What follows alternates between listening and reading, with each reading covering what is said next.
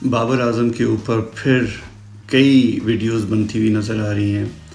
हाल ही में caught behind की एक वीडियो में डॉक्टर नुमान ये कहते हुए नज़र आए कि हम जब किसी बैट्समैन की या किसी प्लेयर्स की बात करते हैं तो हमें उसका बगौर जायज़ा लेना चाहिए कि उसकी प्रोडक्टिविटी क्या रही, उसकी क्वालिटी क्या थी और उसकी मैच विनिंग परफॉर्मेंसेस क्या रही। तो बाबर आज़म के ऊपर जो इल्ज़ामात लगाए जाते हैं कप्तान की, तो वो मानते हैं कि वो एज ए कप्तान वाला मटेरियल नहीं है, लेकिन बैट्समैन के तौर के ऊपर जब उन्हें फेलियर का खिताब दिया जाता है और कहा जाता है टीम से बाहर किया जाए, वो सही नहीं है।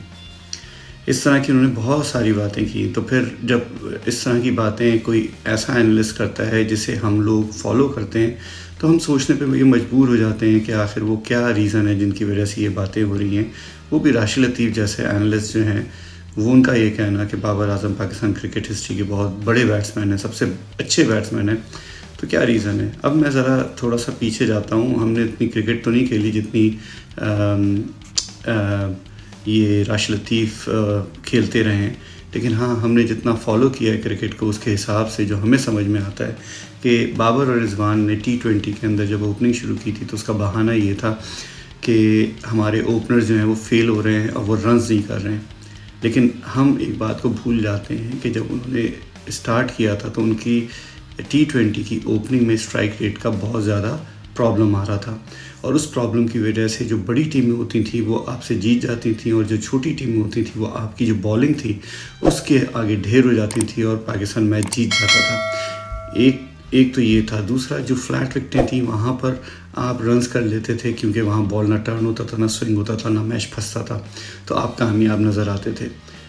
प्रॉब्लम पाकिस्तान का वहीं से शुरू हुआ जहां ये दोनों ओपनर्स के तौर पे आए। क्योंकि इन्होंने जो ओपनर्स की प्लेसेस थी उनकी एंट्री ही बंद कर दी, और उनकी एंट्री के बंद होने की वजह से जो रियल ओपनर्स थे वो पाकिस्तान क्रिकेट में नहीं आ सके, जिसकी वजह से पाकिस्तान क्रिकेट पीछे की तरफ जाना शुरू हो गई। और ये कोई ओवरनाइट नहीं होता है, इसमें वक्त लगता है, और वो वक्त लगा और फिर आपने देखा कि इनके फेलियर शुरू हुए, तो वो कंटिन्यूएशन इनका बढ़ता चला गया फेलियर का। और एक वक्त तो ये आ गया था कि ये इतना लो स्ट्राइक रेट पे आ गए थे कि इनके ही चाहने वाले लोग इनके स्ट्राइक रेट के ऊपर बातें करना शुरू कर दी थी उन्होंने। तो जब हम बाबर आज़म की बात करते हैं तो हम सिर्फ ये कहना चाहते हैं कि बाबर आज़म एक अच्छे प्लेयर ज़रूर हैं और उनकी क्लास भी है, वो अच्छी क्रिकेट भी खेल सकते हैं, बैटिंग भी करते हैं, सब कुछ है, लेकिन दो चीज़ें उनमें मिसिंग हैं, एक कप्तानी और एक मैच विनिंग। कि जहाँ पर मैच फंसा हुआ हो वहाँ पर वो तन तना खड़े हो जाएं और पाकिस्तान को वो मैच निकाल के ले जाएं।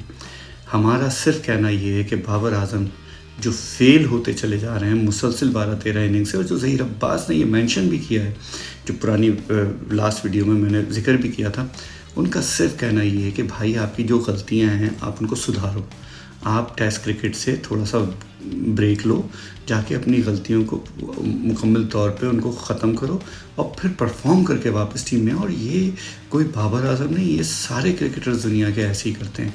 तो इसमें कौन सी ऐसी बुरी बात हो गई है जो लोगों को लग रही है? ये वाकई समझ से बाहर है।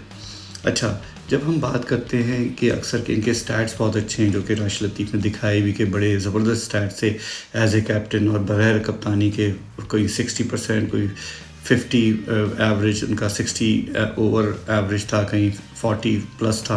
तो मतलब कहने का ये कि वो जो अगर स्टैट्स की बुनियाद के ऊपर अगर आप क्रिकेटर्स को मैच विनर बनाना हो ना आपको, तो फिर ये अब्दुल रज़्ज़ाक, शाहिद आफरीदी, जावेद मियांदाद तो आपको नज़र ही नहीं आएंगे, क्योंकि इनके स्टैट्स तो बाबर आज़म और रिजवान के सामने कुछ भी नहीं है।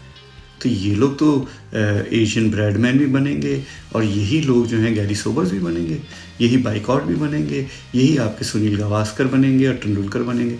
तो हमारे पास तो कुछ भी नहीं बचेगा। मतलब कहने का ये है कि सच बोला जाए, और सच्चाई की बुनियाद ये है कि ये दोनों प्लेयर मुसलसिल फेल होते चले जा रहे हैं। कब? जहाँ पर मैच विनिंग परफॉर्मेंस की ज़रूरत होती है वहाँ ये कोई परफॉर्मेंस नहीं दे पाते ऐसी जिनकी वजह से दुनिया इनको याद रखे। अच्छा, जहाँ तक रही बात कि क्रिकेटर जो क्रिकेट पैशनेट होते हैं वो हमेशा ये बात करते हैं इसको निकाल दो, उसको निकाल दो। नहीं, ऐसी बात नहीं है। उसको निकाल दो किस बुनियाद पे? उसकी परफॉर्मेंस की बुनियाद पे। आप अगर किसी को भी मेरिट के ऊपर मौका देंगे तो फिर अगर वो अगर आपको परफॉर्मेंस नहीं दे रहा होगा तो आप मेरिट की बुनियाद पे इसको रिप्लेस करेंगे। और पाकिस्तान में रिप्लेसमेंट हैं। लेकिन ये कह कर इन इस चैप्टर को बंद कर दिया जाता है कि हमारे पास रिप्लेसमेंट की कमी है। तो बगौर जायज़ा लेने के बाद हमें तो ये लगता था कि इस इंग्लैंड की टीम के ख़िलाफ़ पाकिस्तान में कई नए चेहरे आएंगे जो कि डेब्यू करेंगे इंग्लैंड के ख़िलाफ़। वजह उसकी उनकी परफॉर्मेंसेस थी डोमेस्टिक में, और दूसरी बात ये कि वो इन विकेटों के ऊपर डोमेस्टिक खेलते रहें, तो उनके पास ज़्यादा तजर्बा है। बाबर आजम तो क्रिकेट डोमेस्टिक खेलते ही नहीं है, तो बाबर आजम जब डोमेस्टिक खेलते ही नहीं है तो वो अपने आप को ठीक कैसे करेंगे। हाँ, अगर आप फ्लैट बैटिंग विकेट बना देंगे, वहाँ शायद रन्स भी कर लें वो थोड़े से, लेकिन उसकी वजह से ये इनकी परफॉर्मेंस बेहतर नहीं हो जाएगी। तो इसको ज़रा गौर तलब बात है, इस पर ज़रा सा गौर कीजिए हमारे एक्स क्रिकेटर्स, और बाबर आजम को सही मशवरे दीजिए। Thank you.